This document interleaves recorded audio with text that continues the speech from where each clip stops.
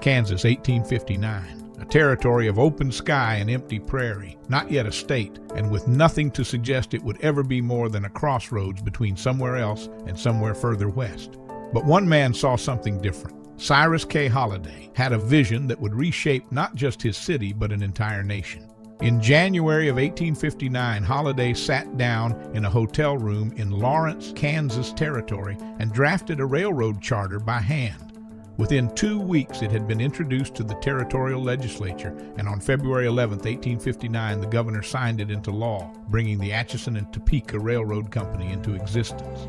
But ambition, it turned out, required more than a charter. For years, the company existed almost entirely on paper, waiting for the country to catch up to one man's stubborn belief. The break came in 1863. President Abraham Lincoln signed a federal land grant giving the railroad every alternate section of land, 10 sections wide on each side of the proposed line. The sale of those lands would fund construction. Now, finally, the work could begin. In the fall of 1868, workers drove the first spikes into the Kansas earth, starting not somewhere grand, but right here in Topeka.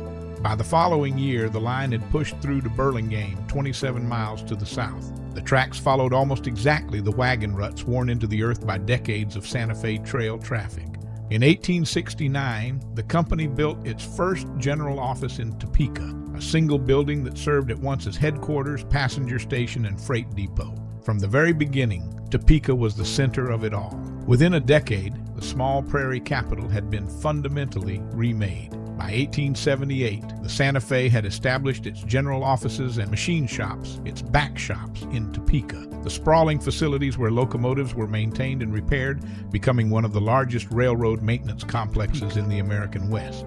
Workers arrived from across the country, from New England, New York, Pennsylvania, Ohio, and Illinois, and from abroad with crews coming directly from England and Scotland. Frontier town barely 20 years old, Topeka had become a genuinely cosmopolitan railroad city. By the turn of the 20th century, Topeka sat at the center of lines extending to Los Angeles, to San Francisco, to Galveston, to Chicago. Every direction you looked, a Santa Fe line left from here. Topeka wasn't just where the railroad started. It was where the railroad lived. The Santa Fe's influence didn't stop at Topeka. As the railroad pushed west across Kansas, it carried everything it touched into the modern age. When the line reached Newton in 1871, the railroad found its early lifeline, cattle. Longhorn herds driven north from Texas met the rails at Newton, and suddenly the Santa Fe was shipping beef to the nation. Towns like Wichita and Dodge City rose almost overnight. But the railroad wasn't just moving cattle, it was moving people. To generate traffic on land that was still largely empty, the Santa Fe set up real estate offices across Kansas and sold farmland from the federal grants it had received. Settlers from overseas were offered free or reduced-rate transportation to bring their families and all their household goods west. It worked. By the 1880s, Kansas had grown from a territory of perhaps 100,000 people to a state approaching 1 million. The movement of settlers into the West, historians agree, was driven above all by the railroad.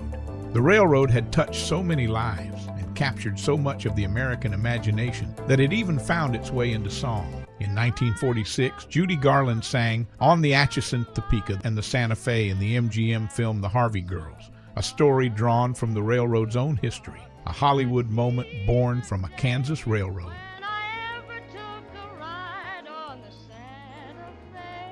In 1996, after 137 years of independent operation, the Atchison, Topeka, and Santa Fe Railway merged with Burlington Northern to become what is now the BNSF, one of the largest freight railroads in North America.